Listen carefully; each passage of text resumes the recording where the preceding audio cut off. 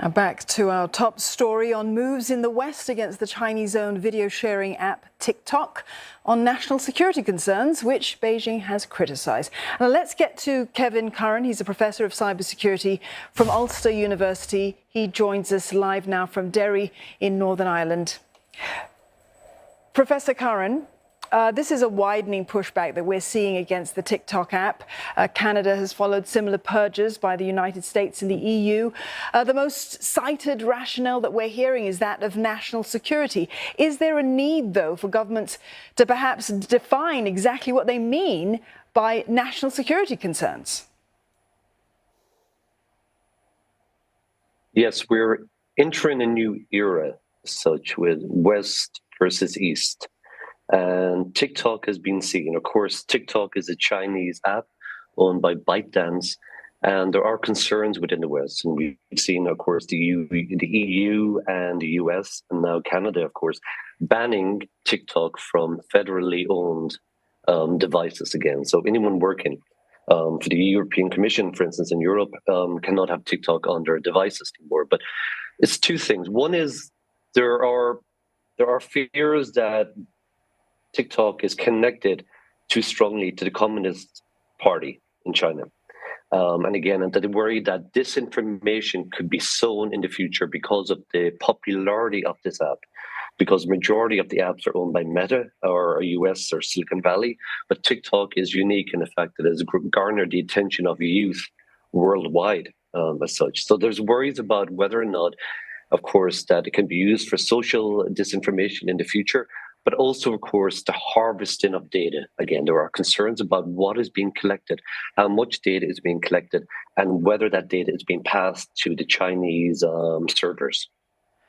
So there are potentially several threads of concern insofar as all of these bans for TikTok are concerned. I mean, you talked about the popularity of this app.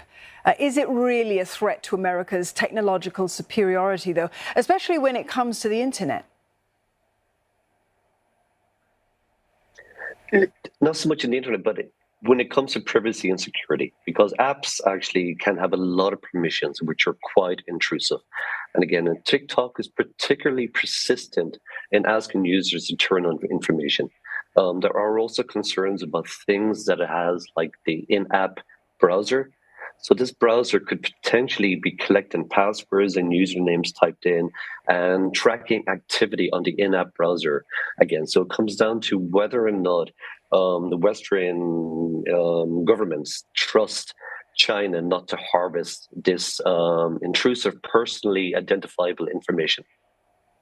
So what I hear you say, Professor Curran, is that the manner in which TikTok algorithms work is distinctly different from the way that, you know, sort of social media apps work on other devices. Is that correct?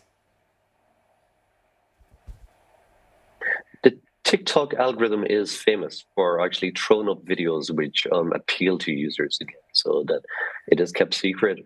But the algorithm is not so much the concern. I mean, the algorithm can be a concern as in encouraging people to waste so many hours online, but it doesn't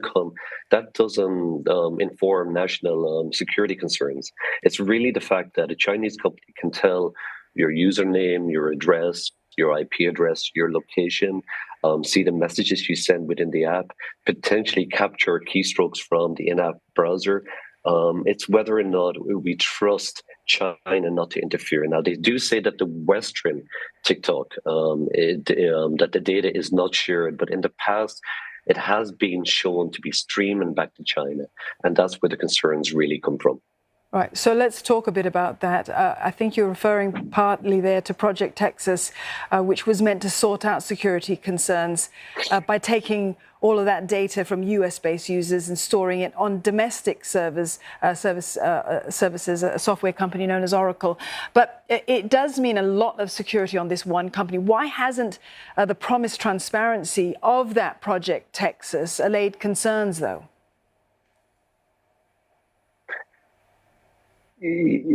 I suppose the Ukraine war has not helped. It has stepped up concerns about an East versus West in the future. And all the signs are that we are seeing the beginnings of a war where the US is banning China from a lot of the chips and devices to high tech again. And we will probably see a mutual banning from the other side as well. So again, it comes down to do we trust China in the West? Again, and do we trust these companies to secure our data? Are they under the same regulations, and do they offer the same transparency as in the West? So it does come down to a trust issue again, because, of course, in the West we've issued fines, substantial fines to the Googles, the Facebooks, the Metas, the Microsofts. But again, it becomes increasingly difficult to leverage again to be able to regulate a company which is Chinese based. And a final question for you, Professor Curran. I mean, in the United States, we know that there are plenty of statewide bans on TikTok already. What might tip the balance into seeing, perhaps a complete ban in some jurisdictions, perhaps even in other parts of the world, not just the West? Some ways it comes down to the voters again. So the governments will, whatever way they can. But again, it's the start of one really, because generally all the apps that are popular on our phones are, of course, Western. Again, and of course, whenever it comes to apps, again, there are dangers in permissions, because really our devices are becoming the hub of our life again. So much stored on there. So again, what could happen? Of course, if there is a smoking gun found, for instance, if data has been exfiltrated from devices again, which is not in the policy again, of course, that would lead to an outright ban. But really, again, it's the mood of the nations again. So we'll have to see how the world tensions, what rivets up from the Ukraine war, because we might just have bans outright again. Of course, again, if China do offer military assistance to Ukraine again, we might just see an outright ban on anything to do with any apps with China again, because they will be seen then as a completely hostile force again within the West. So again, just the current landscape, of course, with the war in Ukraine, that could have a major influence on whether or not the West outright bans TikTok and other apps again. Professor Curran, thank you very much for your insights there. Kevin Curran there speaking to us live from Derry in Northern Ireland.